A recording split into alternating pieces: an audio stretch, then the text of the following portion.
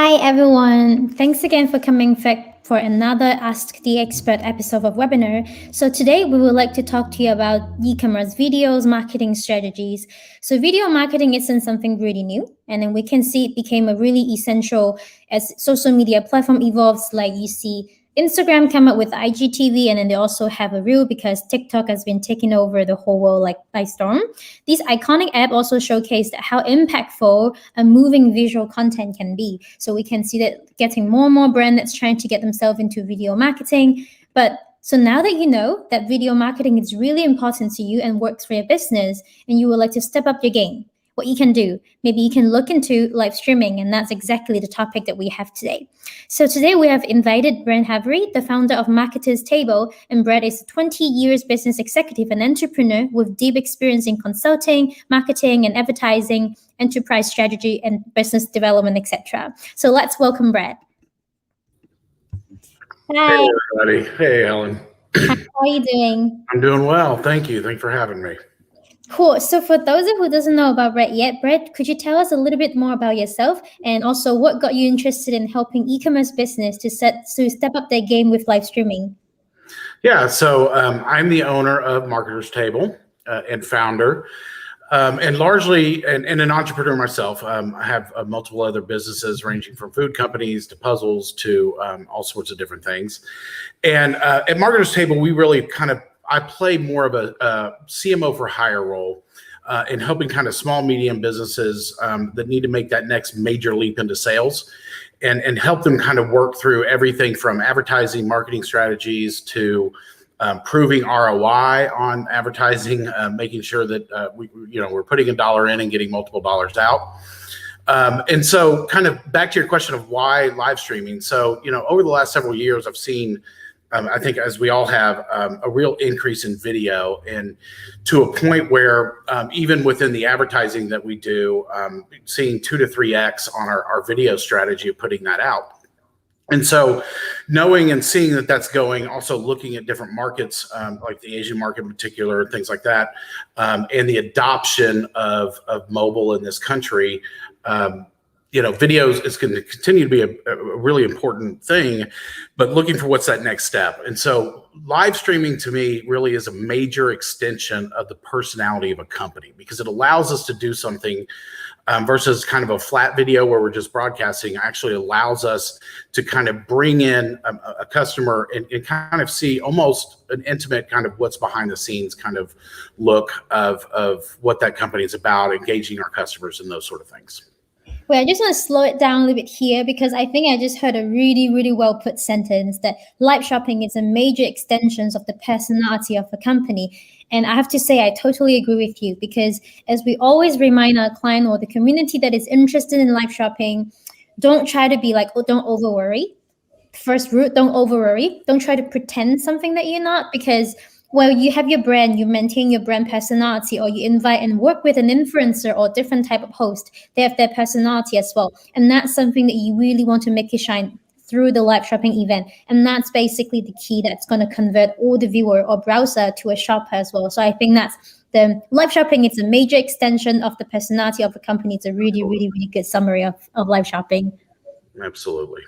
Cool. So Brad, I wanted to understand what is the difference between video and live streaming, because I know a lot of business out there, they're already doing video marketing strategy, right? On e-commerce is not something that is unfamiliar for everyone. You have videos on product description page. You absolutely have videos on Instagram, Facebook, Twitter, whatever social media platform that you have your present in, because we all love video content. But what makes the difference between video and live streaming? I think the major thing between live streaming is that it's just a much more intimate platform for customers to kind of engage in the brand, understand product.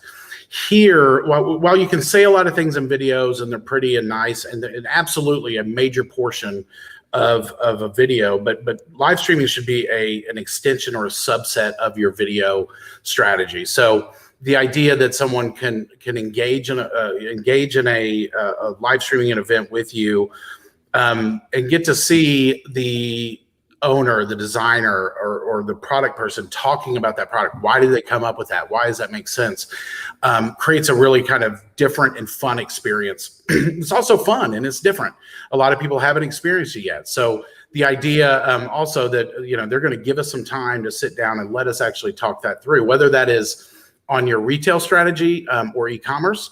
I also use live streaming and things for our wholesale clients too. So being able to have the owner of the company be able to get in front of their retailers or their wholesalers, if you will, and explain why this item is great or what product set they need to match to, how it should be displayed, what's the story we should tell behind the product that ultimately will help them, move that product and increase sales. I like how you say live streaming is basically a subset of video strategy, because that's so true. And also, I think one of the great benefit or like a good point about this subset is while you're doing video marketing, you have to have like good production, because it's a video that people will like keep watching, and you have no excuse to have no good quality, because it's something you can be really well prepared. But a really, really good point about live streaming, not only because it's live, you can never be too prepared, and also that's not exactly what they're not looking for. People, it's obsessed with live streaming for the authenticity, right, Brad? Like, that's exactly right. Exactly. When I'm watching live streaming, I'm actually expecting maybe my favorite influencer kid will walk like from the background, like that's what I want to know. I want to know that secret, that really, really authentic side of it, unedited, and there's no filter side of the marketing strategy, the host, the product, everything. So I think this is really one of the point that I think as a subset of video marketing, this is like the greatest point of the subset category as well. Exactly right. I mean, a lot of my clients are nervous about doing it because they want to make sure that it's perfect. Much like we do with our regular video strategy, but the imperfect is what makes it perfect, if that makes sense. So the stumbling over the words, the interesting language, maybe potentially, but getting really to know the company in a way that you just cannot do on a website or through video. I mean, while videos do, but it's just a whole nother level that provides something to the company for sure. It's also a lot less work after, because like I said, you have a lot of production work to do for like a well-prepared video. But for, let's say, the webinar today that we're doing, and like compared to the different kind of tutorial video that we're doing for our community, we have to write the script, we have to like film many times until we felt like we have the perfect take. But for webinar, we're just chatting. And then in the end, we just take the video and put it on YouTube. So whoever that missed the webinar, they can always go in and read. At most, we're going to do a recap blog, by the way. If you guys want to have a recap of this webinar, after this webinar, you'll be able to go to our academy.lifescale.tv to just watch the recap of this video. But that's how easy it is. You just make the live accessible for everyone to watch after if you want to.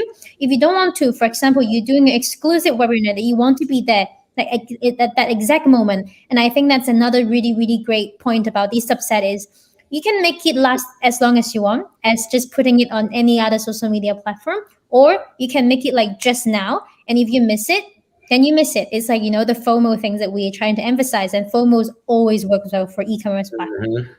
Absolutely. And I have a question for you, Brett. Like, I know that live shopping is really new, and we can see that a lot of agencies trying to get into that. They're trying to make themselves familiar with the technology, try to learn how to come up with a great strategy for the audience. And you're one of the frontiers who like just hold on to the trend immediately and then nail the technology. What makes you and your client actually want to try live shopping?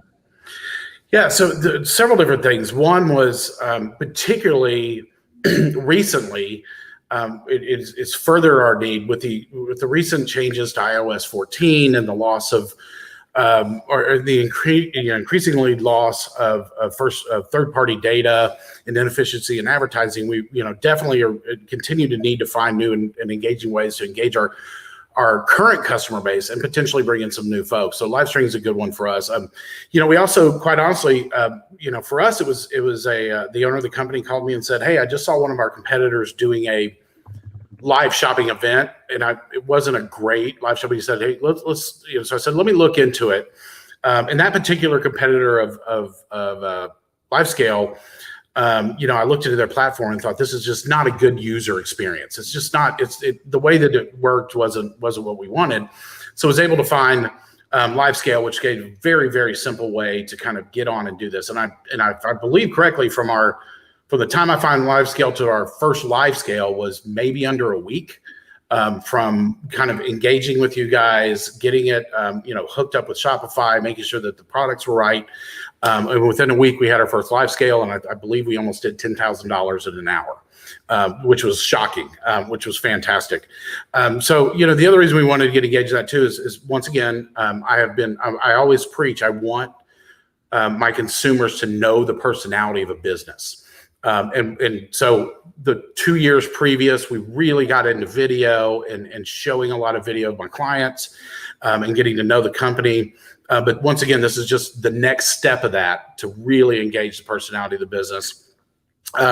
We also, quite honestly, had a real need during that particular time. We had a lot of overstock inventory that we needed to liquidate and just get rid of. So, and live scale gives us that kind of really neat, fun opportunity with fear of missing out and all of that to say, hey, come to our live scale. We're going to be, we've got exclusive pricing or one-time pricing that's only available during the live scale or live sale event.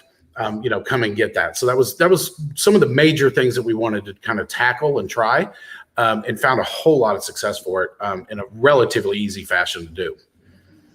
I think that's amazing. Once again, every time I talk about our client or like basically our clients' events, that people are like, you're lying. It's too good to be true. Like another example, not for me this time, within an hour, Brad's client earned like 10,000, right?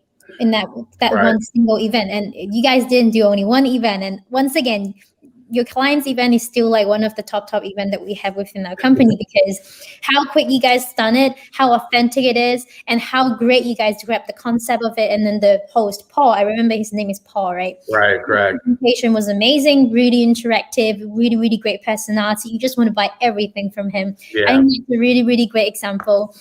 And I have a question. So now we know that there's a different kind of why you and your client want to try live shopping, because like it's something that's more interesting for people to work with. And you mentioned competition. You said while you're looking for a different competition, you realize that a live scale experience is a bit more seamless. I just want to understand more here. Were you referring to our native checkout, or are there other things that actually caught your attention for that part? Well, for one, just the whole process itself. I think you guys did a very good job of one from a company standpoint of being able to implement quickly, because you integrate with Shopify. We've already got our products there. We can work with that. Checkout systems are all basically done through that. The ability to control the process in a very simple UI that you guys have created, but more importantly for our customers, the ability during that live sale to just simply go, oh, I like that product, click, and I want to purchase it right now, or add it to my cart as we kind of go through, and then they can natively within the live sale are actually able to purchase, which I think is a huge deal, because I've seen other companies try this, and a lot of times it might be, hey, join our live sale, but bring up another window and you can order it over here, and where everything's encapsulated, very simple to understand and order and make it easy for the customer. Just a little bit of advertising from my side here. Actually, the checkout process that Brad is mentioning, it's a native checkout that LiveScale has. So among all the different kind of competitors, we're the only live shopping technology that provide like a really in-stream, seamless, frictionless native checkout. Is because while your audience or your browser is watching the live streaming event and they got interested of the product because of all the presentation that you have been doing, they can simply click the product below, and then they can finish the whole process within the stream while they can still hear it, they can still watch it. And after they finish the purchase, they run straight back to the favorite host that they're listening to just a minute ago. So this is what is so fascinating, I think, also, and of course, contribute to the really, really great sales conversion rate throughout the whole show. And I want to ask you another question, Brett. Like, what are the advantages that you think of using live shopping instead of using, for example, live streaming or like other video marketing strategy? Is it because it's something that's very new, so people are just like very excited about it, quite refreshing, or is actually the fact that they can look at something and then make a purchase directly, or they can want to make a purchase and then ask a question like instantly that make it really, really cool for the audience? What are the advantage here? Yeah, so it's all of that. I mean, one is it is a new and exciting kind of different way, and that was probably the major feedback we got on the initial live streams that we got were, oh my God, this is so much fun, because it has that kind of community feel, and we're getting questions, and the owner who's presenting is like, hey, Mary, thank you for joining me. I hope everything's going well in Los Angeles, and so there's that kind of community kind of idea of how we're doing that. So it's new and exciting. I think that's great. So my suggestion obviously is it's always good to be on the front end wave of this, which is great. The other thing that I really liked about it too, from a marketing perspective, is just the control that you have. So in the particular for my client, and this is not how all clients I think should go through it, but particularly for my clients, was we wanted to provide some unique products maybe that weren't on our website, or overstocked items that we wanted to sell and liquidate.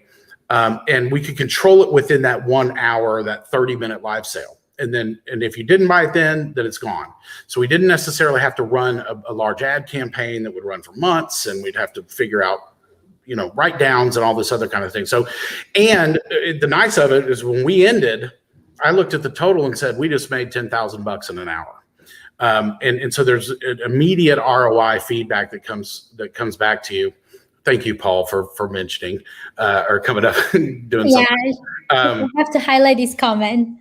Absolutely, and yes, please check Paul out. He's a wonderful man. Sells great stuff. And overall, it allowed us to interact with our customers in real time and answer those questions. And a lot of it was, we explain a product. And it's, interestingly enough, being able, having a picture on a website of a product that might be 12 inches tall is really hard to understand how big that is by just looking at a picture, unless you put some context in it. So, or the ability to say, this particular product looks great with this, and let's put it together and see how this was how you decorate your table, for instance. And so to give ideas even outside of just product focused this is how you could create that look and feel you want. And it was like I said, a lot of fun. People had a great time, and happy customers are a wonderful thing to have. Yeah. And I remember one day, 2 webinars ago that we were, two webinars ago, we were doing a webinar about fight the fear of going live and how to stand out and sell out with Mako, another live streaming expert. And he mentioned a really interesting point that I just can't emphasize is enough. Whenever you see someone asking a question in the chat about the product, always prioritize that, because answering one question in the chat, you might be solving 5 other shine viewer that just didn't have the courage to ask. But then because you solved that question, exactly, right? You answer one question that you thought it's going to lead to one order, but in the end, that action of answering that specific question, it can end up to like 5 to 10 orders. And I think that's something really, really important to bear in mind. That's exactly the advantage of live shopping, because it's a one-to-many interaction. It makes it feels like it's a one-to-one interaction, but in practice, it's also one-to-many. So I think that's really a great part for a brand, for a host, for a business, that you invest the budget and the time and effort to that one event. It's not just to one customer like in-store. It's to many of the customers that feeling like they're in-store with only one with you, right? Exactly. Yep. Very good point. Very good point. Yeah. So, okay. I know that live shopping is really new, and it's manageable in the end of the day, but it's also quite overwhelming at first. I want to hear from Brad, what do you think is the most challenging part while you're trying to adapt to the live shopping trend, or when you try to get started with your client to get them into live shopping? Right. Honestly, probably the most challenging part for those that are just getting into this is that myth of having the perfect live sale, and the nervousness of, oh my gosh, what if something happens? And that can be crippling, because it gets to be this, oh my gosh, we have to overproduce this, we have to overprotect everything. And once again, going back, of course, you want to do some testing ahead of time. Let's make sure it works. Well, kind of a funny story is we had originally planned to do our live shopping events within the warehouse. And we quickly realized, oh my gosh, our internet speed is not good enough in this location. And so thank goodness we did some testing. But so, the most challenging part, I think, is this idea that it has to be perfect. And even to a point where, and I think we'll probably get into this later, but it's not this level of production that you don't need $1 million cameras and lighting and multiple. You can do all of that, which is, I think, where we'll eventually head. But there is just, probably the most challenging part is don't freak out about it and just do it. And I think by doing it, you'll see return, and then you can start making decisions. Okay, well, that one, we needed to do this a little bit better, and we need to move on. The other thing that was interesting, at least for us, was I don't think that we planned on the sales that we saw. So we did have some products that we wanted to kind of liquidate. And, we only had, let's say, 100 of them. Well, they're sold out in the first 5 minutes. And so there was a little bit of a letdown that we had to kind of deal with. But we, over time, we kind of made sure that, okay, we want to make sure that we have enough product there so that everybody has a chance to, but also at enough of a level that, because a lot of that, the fun part was me yelling from the back going, hey, Paul, we just sold out product X. And we'd have to tell everybody. And so there's that kind of excitement too, that kind of builds with that. Yeah, I agree with that. It's always really exciting because it's real time, right? That kind of like just the happy hormones in your body, just like, oh, we sold out again. It's happy for you and also kind of exciting for the viewer, because while they're in the show with you, they felt like people always say like pressure mode. I don't really like that word. I like to say pleasure mode, because while you're seeing that everyone else that is watching the live streaming with you is also buying those goodies and bringing them home together with you, you feel like I shouldn't miss that too, because it's a great shopping opportunity for everybody else. So I think this is really, really a great point as well. So we've talked about the challenging aspect of live shopping, and you mentioned the overproduction part, and I want to like bring it out and talk a little bit more about that part, because it's indeed like almost one of the top asked questions. Oh, what kind of equipment that we have to have in order to prepare for a live shopping show? Could you actually share with us the kind of like what your team did to prepare for the first live shopping event? What kind of equipment that you have or setup? Yeah, so believe it or not, we shot everything on an iPhone. We did, because I'm a stickler for sound. So we, basically an iPhone, a lapel mic. I had a tripod, and we had one of those really cheap ones you can almost buy at Walmart, one of those little selfie lights, just to provide some lighting. And that is the extent, other than a laptop, obviously, so we could kind of monitor chat and some things like that. But from a really just, I mean, it's that simple. Don't overcomplicate it. But you can do something just your iPhone, put it on a tripod so you don't get some shaking, make sure your sound's good, and then make sure your lighting's good. Past that, you can do that. Now, the interesting thing with this particular client is, we've seen so much success that we said, okay, well, now we want to up our game. We know that we can make this work. So we're actually in the process of, after kind of going through our initial pilot series and seeing how it works, we're actually now building a studio, if you will, to be able to host these, where we're going to be able to add multiple camera angles. Because there are times, for instance, you have a shot and we need to zoom in on that shot. And quite honestly, we were just doing it off the cuff that I would literally just pick up the tripod and bring it closer to the product and look at it. But in the future, we want to have kind of multiple cameras, and there's some ways to do that. But once again, that's adding complexity. It doesn't need to be there unless you're ready to go. So once again, the kind of fun part of this is our customers are going to go, hey, remember when you did your first live sale and I was on that and you guys were in an office building because your internet speed wasn't good enough in the warehouse because fiber wasn't installed yet, and so on and so forth, to a point of, hey, kind of look where we are now and how we're utilizing our new kind of space to really utilize this channel going forward.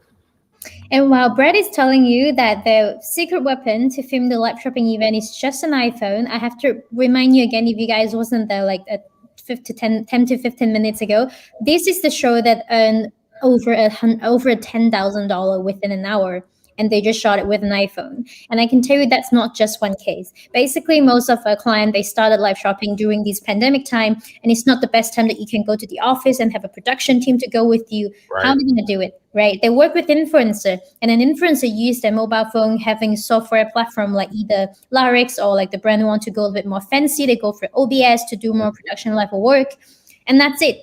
And then all of their show went really successful, and then also really good performance on different kind of metrics as well. And I think this is really one thing that I want all of the community here, if we haven't mentioned it enough in a different previous series in the Ask the Expert webinar, please just don't be scared of having just an iPhone to have your first kind of pilot series, because even though you think in the end of the day, having a really nice production is something that fits your brand personality, you can always bring it in after you have tested live shopping as well for your brand, right? Because of course I'm from the live shopping side. I will of course tell you all the benefit and advantage, but I'm also really honest. Before you invest a lot of things to have a really high expectation, make sure you have it's all what we always say in startup world, like MVP, having a really minimal version just to test. If your audience like the technology, if your team is ready to do it, if not, would you be able to find resources of doing it when you prove that this concept works for you?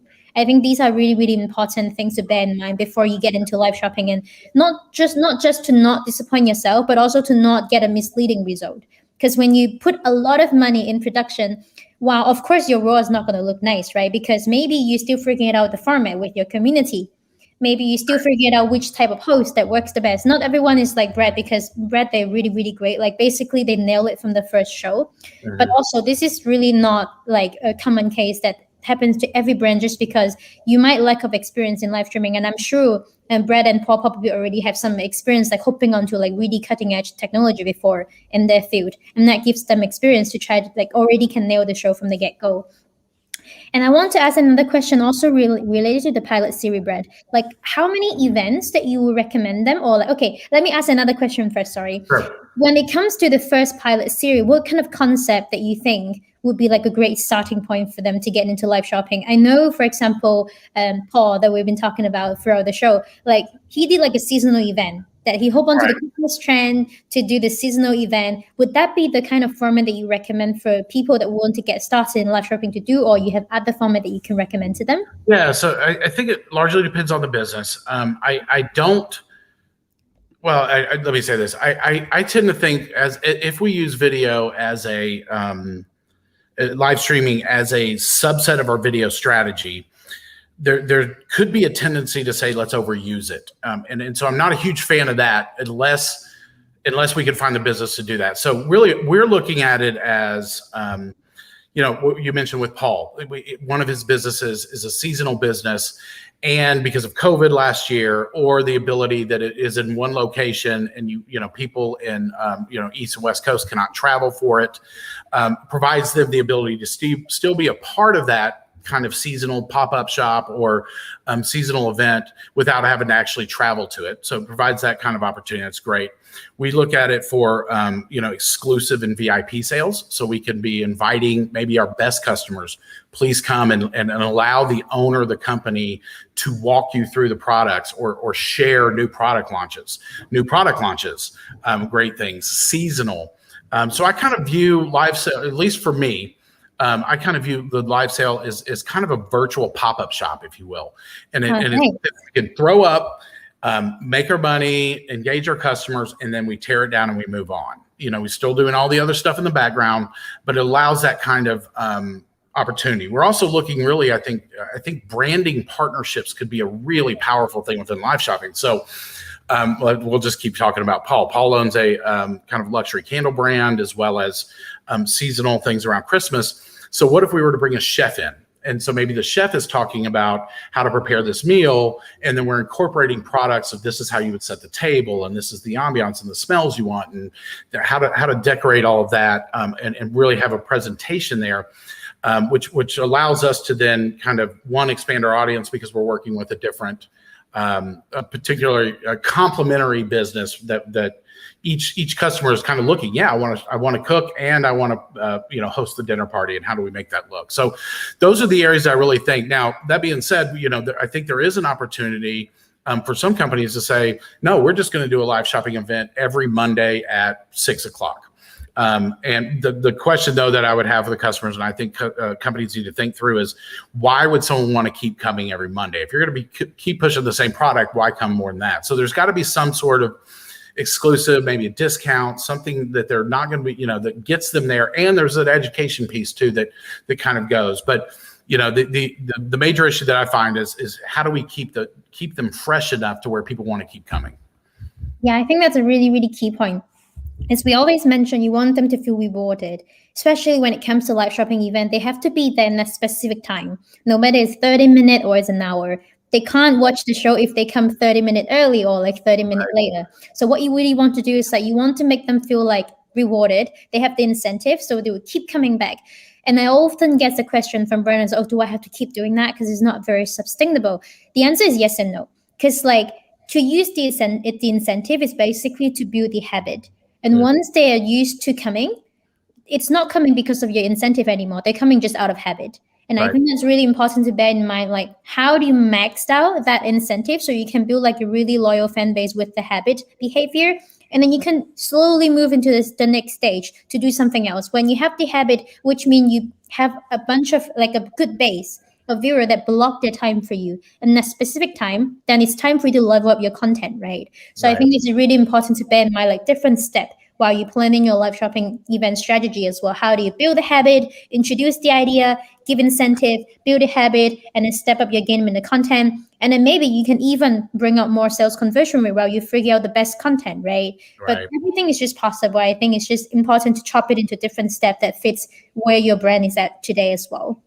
The other thing that really excites me about live sale is the idea that it's a certain time in a certain place. So I always say, like, you know how powerful it is to have your company in someone's calendar, that they get reminded that they need to go do that. So we all in marketing are fighting for space within email, within text, within web, within Facebook, all of those sort of things. And the idea that I could have my company's or my client's company in someone's calendar is worth its weight in gold.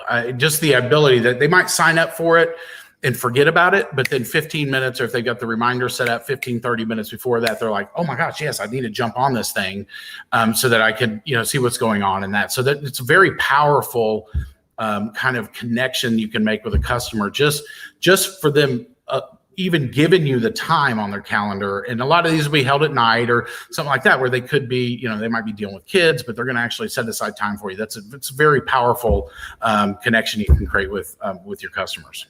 I agree with you. Not only that, right? Because let's say you have a post or you have an Instagram live. So let's try to make a difference between Instagram live and the live shopping with live scale. Because on Instagram, they might have a countdown that's promoted from the Instagram story, and then you set that up. You also get a notification. It's almost similar to calendar. But why having your own live shopping event on your website is better? Because on Instagram, you have to be competing with every content that is popping up in every million seconds. Mm-hmm. Basically, they're so easy to get distracted. The good part about promoting these live shopping events, because with live scale, it's white label solution. It lives on your e-commerce platform. You promote it. You encourage them to add it to the calendar. And when they actually watch the show while the calendar reminder pops up, they go straight to your live shopping event landing page. Yep. They're there for you. They're not going to be distracted by that one post next to it on Instagram or on Facebook. They're there for you. Mm-hmm. And it's really on the brand. How are you going to keep them and not bore them in a way that they actually actively, proactively leave the event? Otherwise, there's just nothing pulling them away, right? And I think that's also a really, really key point apart from the calendar is you have the really dedicated attention for only your live shopping event. So I have one last question before we end this webinar today with Brad. It's we talk a lot about how to do live shopping, what are the advantages, and even the concept of starting your first live shopping event. So how many events that you actually recommend them doing in the pilot series? Because what we see is most of the time brand probably do one. And then with the different kind of common mistake that they may over expecting too much, overproduction, and then the role just doesn't make sense for them. But how many events should they plan ahead to test, not to saying I need to have a successful live shopping event, but really in the goal to test if live shopping is for them. How many events should they do, you think? So I would probably generally suggest probably 3 to 6. One, because it's so new in the States. So there's this idea we got to get our customer base used to it. what is this and how do we know we're not going to get all of our customers on a live sale at one time. There's just because it's because it's a specific time, not everybody can make it. So 3 to 6, we got to get our customers used to it. Allows you to do it. We did 4 or 5. I think we did 5 of them almost on a week-to-week basis. Every week we did, and I think we even did a couple in 1 week. But that was largely driven by the product sales and the inventory that we had that we needed to push, plus the kind of time frame. So 3 to 6. Now, within that though, I would challenge that each one of those 3 to 6, you've got to have a very good incentive or reason for people to come. The last thing you want to do is do a live sale and it's successful and go, well, let's just do it again next week. Well, the people that come back in, and they see the same thing again, they're not going to come again. They're going to go, well, they're just going to be pushing me the same thing. And I don't want to see that. So it also depends on a lot of working with my clients to understand, okay, what do we have in the calendar? What product launches do we have? What kind of incentives, what kind of things that we can do to make it what kind of must-see TV, if you will, that they have to show up to this, because if they don't, they might not ever see that product again, or they might never see that product at that price again, or they might not ever hear why that was designed, or that little bit of tidbit, or the funny things that happen within the live sale itself. Yeah, I think that's really, really great advice to give, because once again, live shopping is new, not just for you, but also your audience.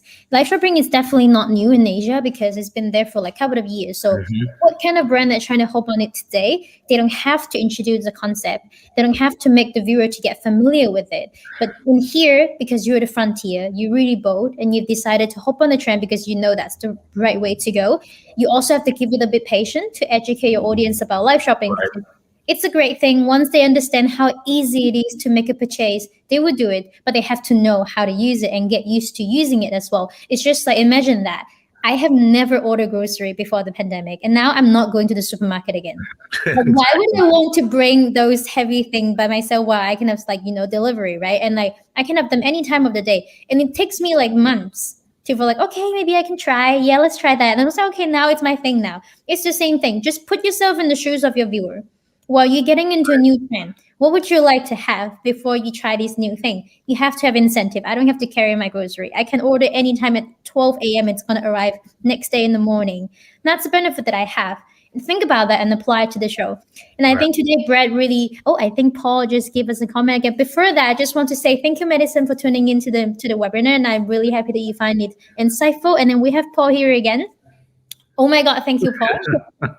Thanks a lot. And I think today we have shared a lot about like how to basically try to integrate live streaming in your e-commerce marketing strategy. If you're already maybe working with a video marketing strategy already, what are the benefits? What will be the step for you to get started, just to have a little bit of pilot series?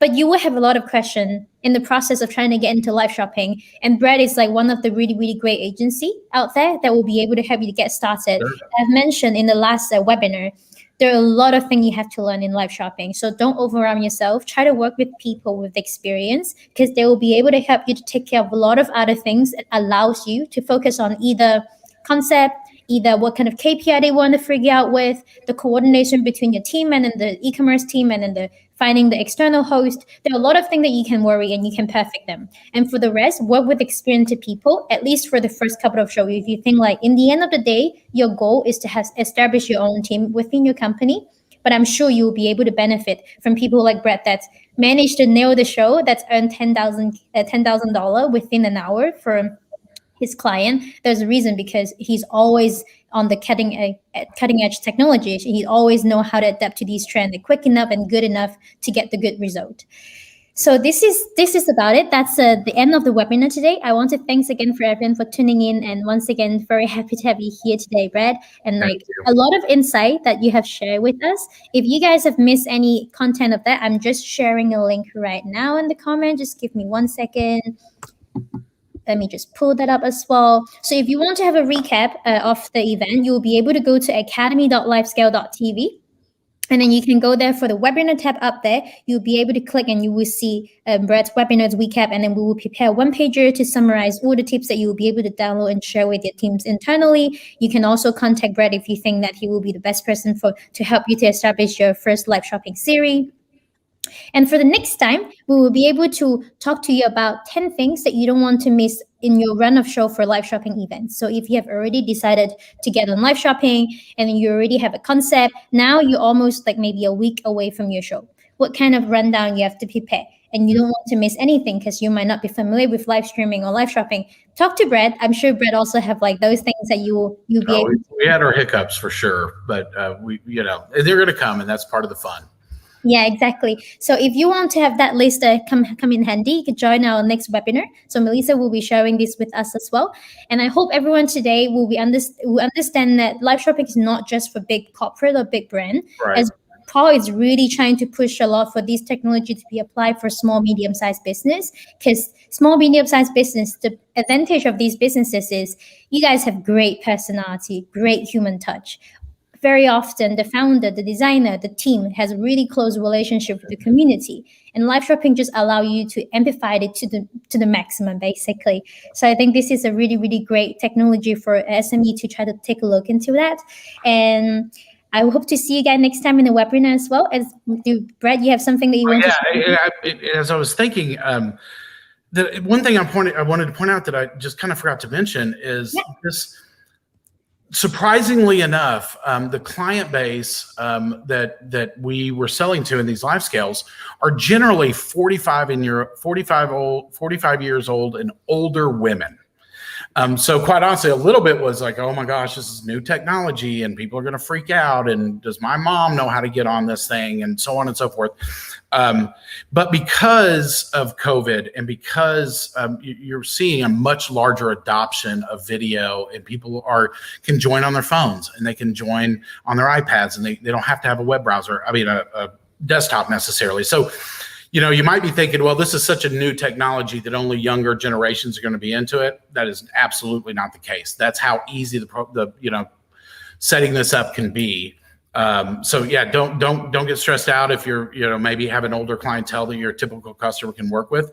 I was very happy to see that that's not necessarily the issue always. So just wanted to throw that in there too, that, I think where we are in the evolution of adoption of this technology works even for older clients who quite honestly might have more money that can spend with you. So yeah, I think that's actually a really, really great point to end the webinar, because it's not just about us telling you what are the benefits, but also to encourage you not to be afraid. And once again, take pandemic as an example. My mom is buying online like seamlessly right now. It's like effortlessly. She just does everything. And before that, she doesn't even know how to like make any purchase or put her credit card on her phone. Like now it's her day to day. Right. And this is why your customer is evolving. And if you're not, you basically left out. So I think that's a really, really great summary for basically a call to action to encourage them to try to at least get to know what is live shopping if it really fits for you. So thanks again, Brad. And I hope that we'll be able to have you again to share about other topics, because I know you have a lot to share with us. All right. Thanks, everybody. Thanks for joining. Bye.